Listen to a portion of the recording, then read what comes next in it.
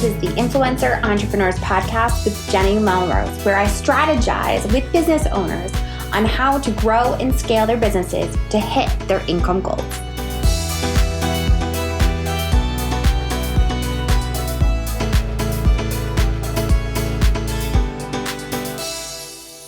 This is episode 357 of the Influencer Entrepreneurs Podcast with Jenny Melrose. Today, we're going to be talking about how to create a digital product that passively sells with Molly Kaiser. Now, before we jump into that, I want to make sure that you take advantage of the freebies that she is going to offer. This was a great conversation. Molly is an excellent teacher, so you're going to want to make sure that you hop over to the show notes and grab that. And if you haven't already left a rating and review, why not? Just quickly scroll down in your podcasting app and leave a quick rating and review. It helps me to continue to get great guests like Molly. All right, you guys, let's dive in.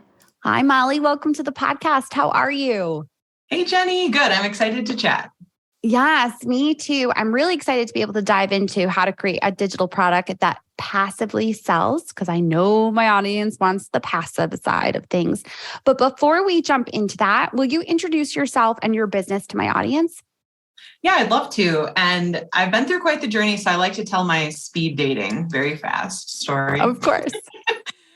So I dropped out of college and started a photography business, and I grew that to 6 figures. Other photographers asked me how I did it. So that's when I got into digital products and courses.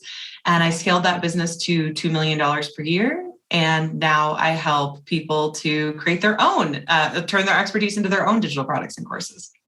I love it. So it's always that experience, right? That you have to be able to do it for yourselves. I love being able to have guests on that have done it themselves rather than just talking theory and spouting out what everyone else is spouting out, but have actually been in and done the work. So perfect. All right. So let's start off. How do you define a passive digital product?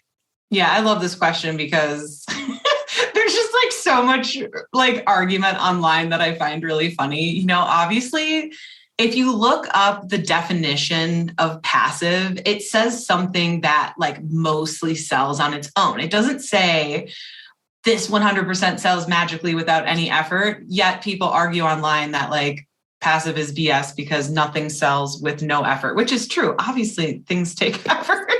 So I define passive as something where you can put in like work up front and then eventually it can sell, meaning it can sell while you're sleeping, while you're on vacation, while you're taking a walk with your dog, you know, whatever. But obviously there is still going to need to be setup and maintenance and care for your business, obviously. So I love that question. Yes. Okay, good. Yes. Because I do think that that's one of the things that people get drawn on, right? We hear passive and we just assume, oh, well, hands off. But we know there needs to be some sort of marketing and some presence so that people actually know who you are. So what are types of digital products? Because I think that has expanded over the years. Yeah. I mean, really, it's kind of limitless at this point. I can definitely share just like the ones that I've created and what ones I know that exist. But I do think, you know, feel free to get creative with it. The thing that really makes a digital product good is it going to get someone a result, you know? And so you kind of need to think of, well, what's the best vehicle to get that result? So for example, I'm pretty sure the very first digital product I ever made was a list of my top selling poses as a photographer. So it was simply like a guide, I would call it a digital guide, like a digital PDF that just showed the poses and it talked them through like, how did I do this? And how should you do this? And why should you do this? And why do these sell really well? And so, I mean, whether you're a website designer or a dog walker or whatever your niche is, you know, you could do something similar to that. Like, what are my top leash accessories? I have no idea, but I'll stick to the niches that I know. But I've done that. I did a series of those posing guides. I also did, I've done eBooks. I had an ebook that I've sold over $500,000 with no paid ads. And I know we're just talking digital products, but real quick, the reason that sold so well is because it got people results and they would tell people about it. So word of mouth. But just to rattle off some more, there's digital templates. I know Canva templates are really big. You can templatize anything. You can templatize Asana. You can templatize, you could make like templates for social media, YouTube, any software you can essentially templatize. I think Notion's pretty big right now. Like checklists. Really think about what's the result you want to get someone and what is the medium that it best goes in. Is it best in a course? Is it best in an ebook? So hopefully that gives you guys something to think about. But really, you could literally just record a video of yourself and sell that as a digital product. So you could really create it. Anything that can be bought and sold digitally online can be a digital product. The fact that you mentioned the transformation that your people had from your ebook, which then caused them to do the marketing for you through word of mouth, I think is huge because many people they think, oh, I'm just going to go, they're bloggers, they're going to look at their top posts. If they're food bloggers, and they're just going to give their 10 top recipes. The issue becomes they're not showing how they're different than anyone else. You can go get those 10 recipes anywhere now, right? If you just wanted to Google it. But what you did, which was really unique, is the poses. And then you broke it down. You didn't simply say, here's the pose. You said why and how to do it. It's that one step further that is going to give them transformation rather than simply handing them off a bunch of pictures that show the poses. But you went deeper with it, which I think is what probably set it apart and really was able to give the people that transformation. Yeah. And what's really interesting about, first of all, I actually started out as a blogger. So I like that you brought that up. And I do still have a blog. But I want to talk about the posing guides really quick. Now, I know most of you listening are probably not photographers. So just know, though, that this can apply to any niche. But what actually got me originally in digital products, like I said, I had a successful studio with successful methods and people were asking me how I did it. And I did some coaching and I was like, I don't have time to do this and my business. I need some other way. And I noticed that there was this other photo educator that was selling a posing guide and I bought it. And I want to say it was close to or over $100, which for a posing guide is still to this day a lot of money. And this was back in like 2013 or something. And I remember all it was just the poses. There was no definitions, no reason why to do it. And I'm not going to lie, like it made me angry. I was like, I can't believe I just spent all this money on this product that I have no idea how to do these poses, how to use these poses, why these sell. I don't understand the concepts of this. And it actually lit a fire underneath me to finally be like, okay, all these people are asking me to learn this. And if this person, because I definitely still had those doubts, even though I had a multiple 6-figure photo studio, which puts me in like the top 2 to 5% of photographers around the world, I still was like, I don't think I know enough, or I don't think I'm good enough to be an educator. And when I downloaded this posing guide, I was like, that's it. I'm like, if this person can make these guides and sell them, and to me personally, like they're not even that good, that kind of gave me the confidence and motivation to like do it. And so if you ever had that thought where you've downloaded a product in your niche and you're like, I could do something better than this, that is called passion. And you should definitely consider following that.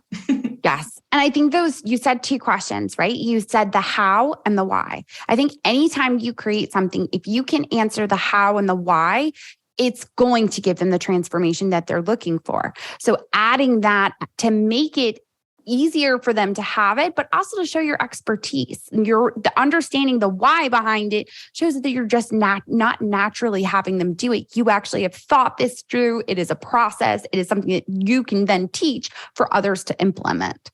So are there products that you have found that sell really well? Like, do you have your best digital products that you would name off?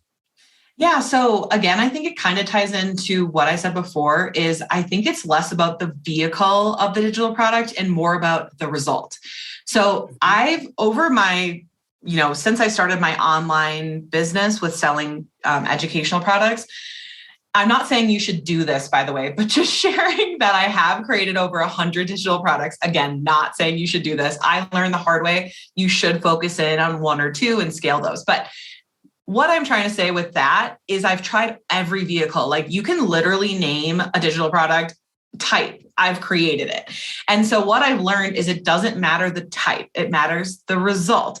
And the products that I had that sold really well, even without ads, some of them that just spread like wildfire was because of the result. So I do want to talk about results a little bit, because I think sometimes, people come to me and we talk about what your niche should be and what your results should be. And a lot of times people come in really broad, and it's not that they don't have the expertise or the knowledge. They just don't have the expertise or the knowledge in the marketing department, which is totally fine.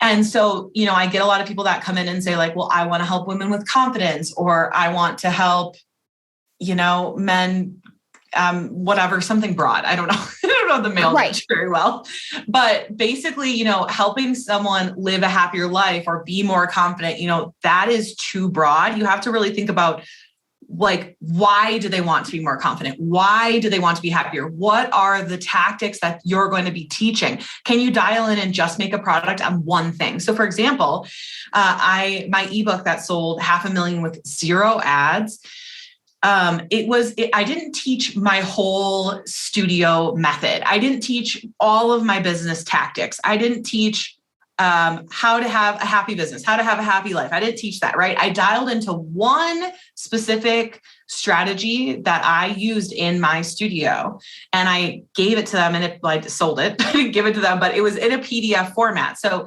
essentially I said, this is the strategy. Here's why I use it in my studio. Here's how it works. Here's a literal step-by-step checklist. Here are the word-for-word scripts. Here are the screenshot examples so that they can quickly put this into play for their business. This was less than 13 pages, including an about section and a call to action page at the end. So less than that. And I sold it anywhere from $59 to like 90 something dollars. We would do like sales and things to our email list. But again, the reason it sold so well is I didn't have any crazy strategy. It's just that people were able to, it was only 13 pages. So they were able to like really quickly just copy and paste, put it on their social media, get bookings and go, holy crap. Like if this was only $59, I can't imagine what other stuff I can learn from Molly's products. And also like, here, Amy, here, Sarah, here, so-and-so, like, you need to try this strategy for your studio.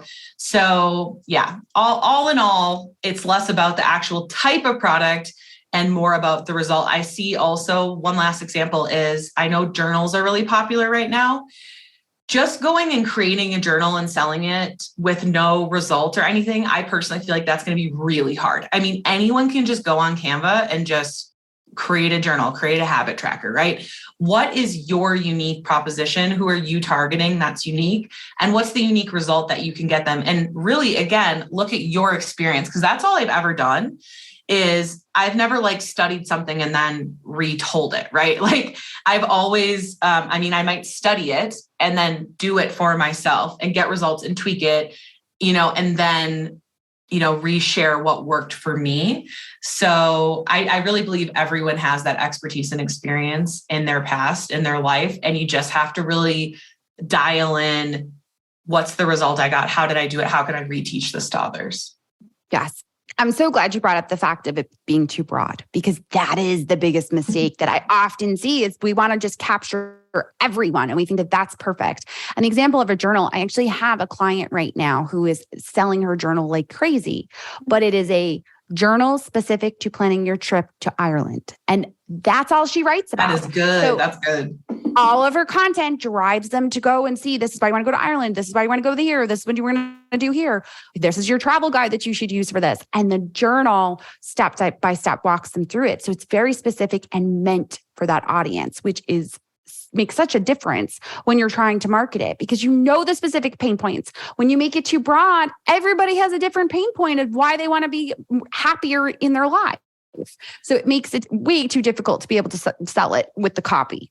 I love that journal example. And like, if I was going to do a journal, or if someone would sell me a journal, it's like, top, like how to journal on prompts of like top things that CEOs have like mindset blocks about or something like that. And you can market it directly to the one person. So yeah, exactly. It's not that journals are good or bad. It's not that ebooks are good or bad. It's not that courses are good or bad. It's like your thing will only sell, if you have a clear target market, a clear result that you're going to get these people and like a roadmap they can follow. And the device you deliver it in is almost like a moot point. So I love that example.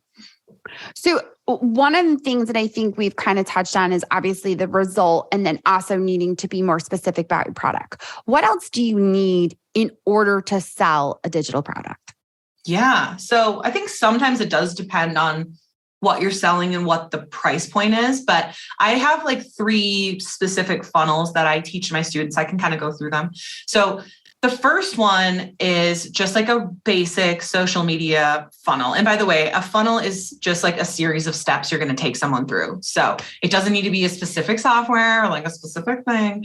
It's just like a series of steps. So a social media funnel is just growing your following on a social media platform. So it could be TikTok, it could be Instagram, it could be YouTube, whatever that platform is. And then you can use any of these different softwares, but I personally use Linktree. I use the free account. I've never paid for it, so you definitely don't need to pay for it. And what I do then is I'll link to my digital product or digital products. And so in my content, I'm delivering, value content that talks about the thing that's relevant to what I'm selling. Also like things that are showcasing my personality, because people will want to work with you if they know, like, and trust you. So essentially they'll find your content, and if they like it, they'll want to know more. They'll click your link in bio, they'll go to your Linktree. And then from there, they can click on maybe you have freebies or things for sale. And then that's the whole funnel. That's it. Like you're literally just growing an audience. You're linking to the product, and then there's a checkout page. So that's like the easiest one. Okay. Mm-hmm. So I call that easy mode. And then like medium mode, could be you grow your following, you serve them up like a freebie that they can put in their name and email, get onto your email list. And then you can have a series of emails that sells them to your digital product. Hard mode, it essentially is just adding layers, right? So again, you're going to grow your following, move them to an email list. Maybe this time, though, you have a webinar or an auto webinar or a challenge, some sort of sales vehicle. But I really like this easy, medium, hard. It's something that I kind of had an epiphany about last year, because I just don't think that you have to go 0 to an auto webinar. And like, I also don't think that that's like the best route personally, because in order to be good at a webinar, you need to really understand your audience and your messaging and sales and closing. And there's just so many skills that come to making a really good webinar. And so I really like to see people just start with the easy, because if you can just make content that resonates with your audience, and then you sell, let's say maybe like a $29 to $99, some sort of digital product, then, you're going to know that it's what they're wanting. You're going to know the digital product is a good fit if they're just seeing your content and purchasing it. And then you can feel that confidence of that first sale, that second sale, that fifth sale, and be like, okay, this is the thing that they're needing help with. And then it's a matter of like making sure they're actually getting results from that thing. And then you can kind of scale up from there. Yes.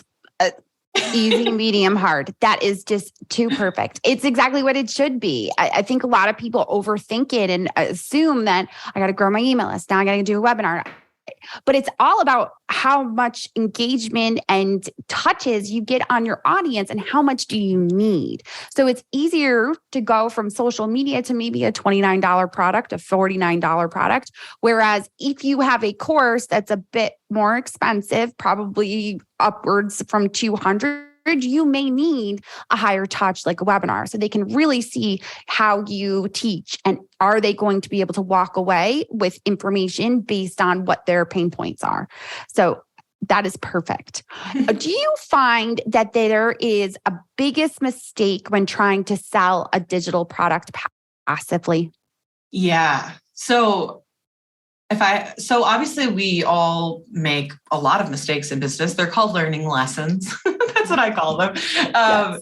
So, there's definitely more than one, but I would say the biggest mistake, and I have made this. So actually I'll just tell you guys my story here. So when I started my first online education business, the one for photographers, I started out blogging. I put out at least one blog every single week, pinned it to Pinterest, shared it in Facebook groups. Like I was hustling. I wanted to grow this audience, right? So eventually, I think before I tried to find the exact data on this. It's so hard because back in the day when I first started, I just did not keep track of this stuff as well as I do now. And that's something you also learn as a business owner. But from what I can find, I believe I grew my email list to 5,000 before I tried to sell my first product, which I don't think you need to grow it that big, by the way, but I did.